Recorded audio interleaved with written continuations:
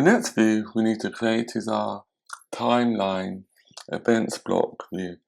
The purpose of this view is to enable the user to be displayed with a list of tasks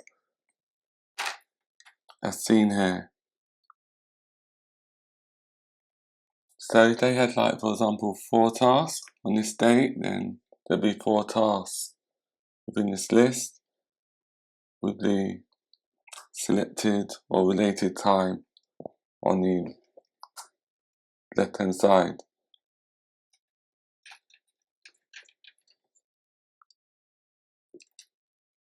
So as you can see, the timeline event block view,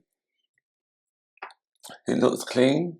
This would probably pass most code views, and this is exactly where most timeline UIs fail.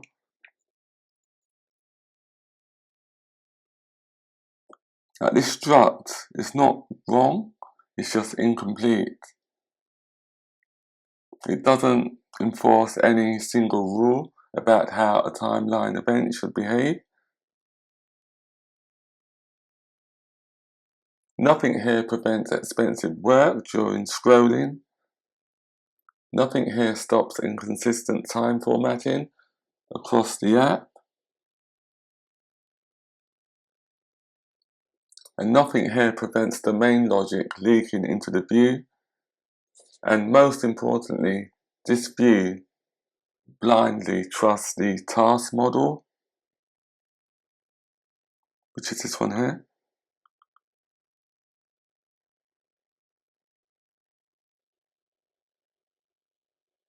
In real apps, scrolling this view could become very hostile and bugs would occur within the application and also performance hits.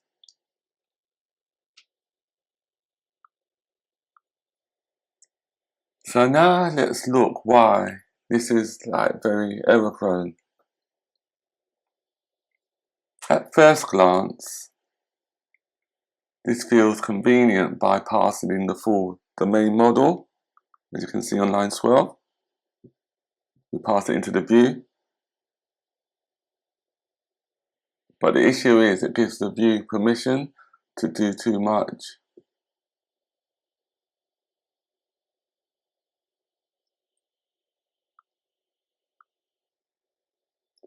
Another issue, formatting the time range. It looks correct, but there's a problem with that too.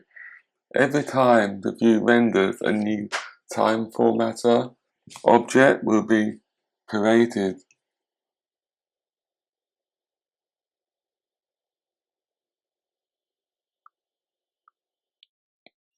And also, this extension should be within its own file. So let's move that now. Let's create a new Swift file. Name it task priority plus the extension. Click on create. And we just move that block of code.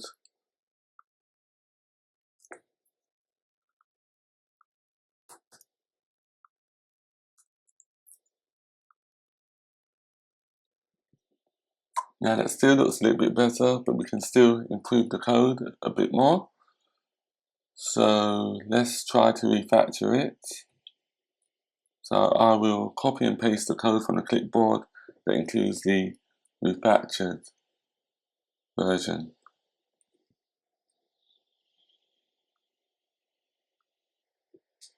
So here's the refactored version.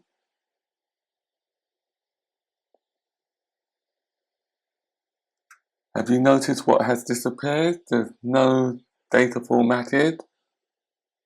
There's no data formatter created during rendering, as you can see. There's no domain model leaking into the UI.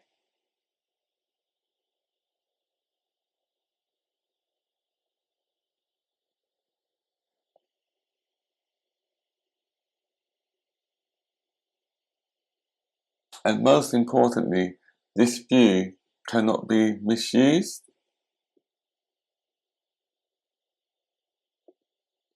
In production, your timeline must be cheap to re-render. If it isn't, it will stutter and become very slow.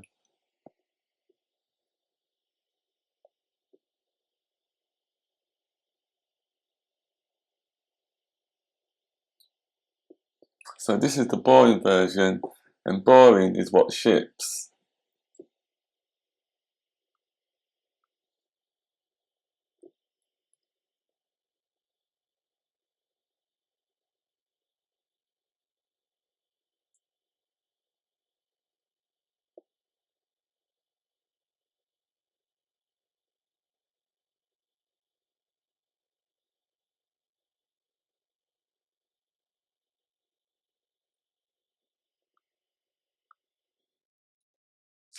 The timeline hour row view looks harmless, but this is already a design smell.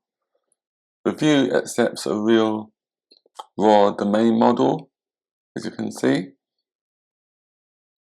Once a view accepts a task item, for example, it becomes very easy to accidentally depend on it.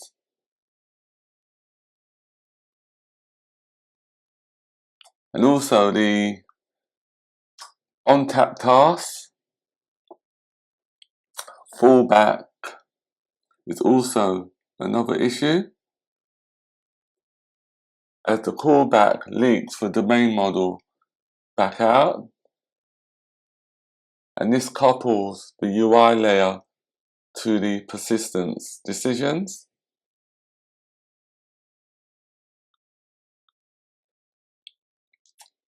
Other issues includes the for each. As you can see, the for each includes a mapping and also persistent scrolls that will degrade the performance of the application. And also on lines 30, we're converting a persistent model into a UI contract. It works, but this is exactly where logic creeps in.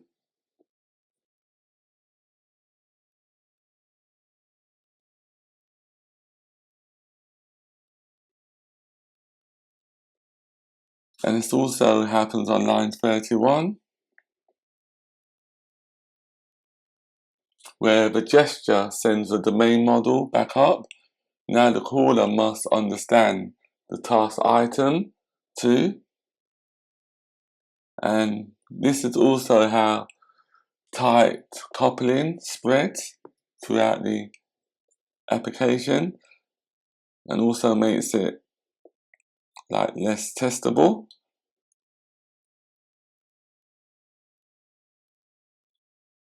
So now we will try to resolve the issues with a new version.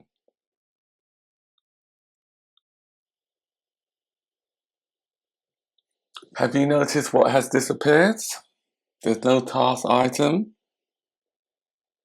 no formatting, no parsing, just rendering.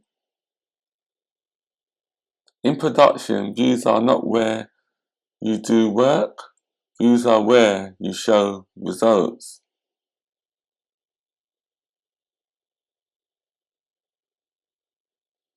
And this is the boring version, and boring is what gets shipped.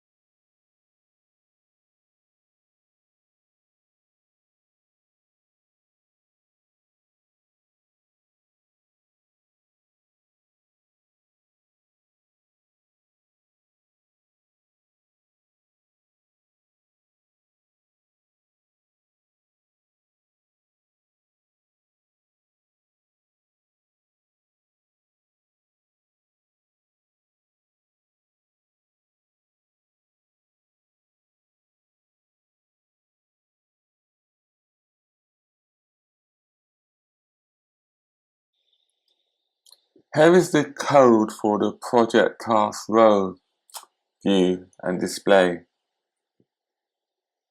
So this is production code, not because it's fancy. It's not fancy, that's not the reason. Because it's cheap. The view does one job, which is to render a UI contract.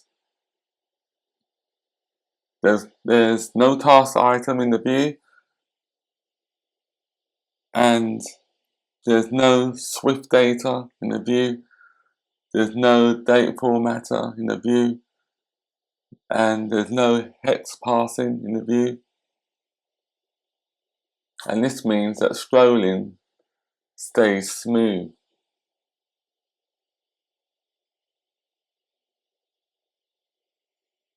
In production, list rows must be cheap to render. If they aren't cheap, they will stutter and become very slow. So yeah, again, this is the boring version of the app, and this is the type of feature that would ship.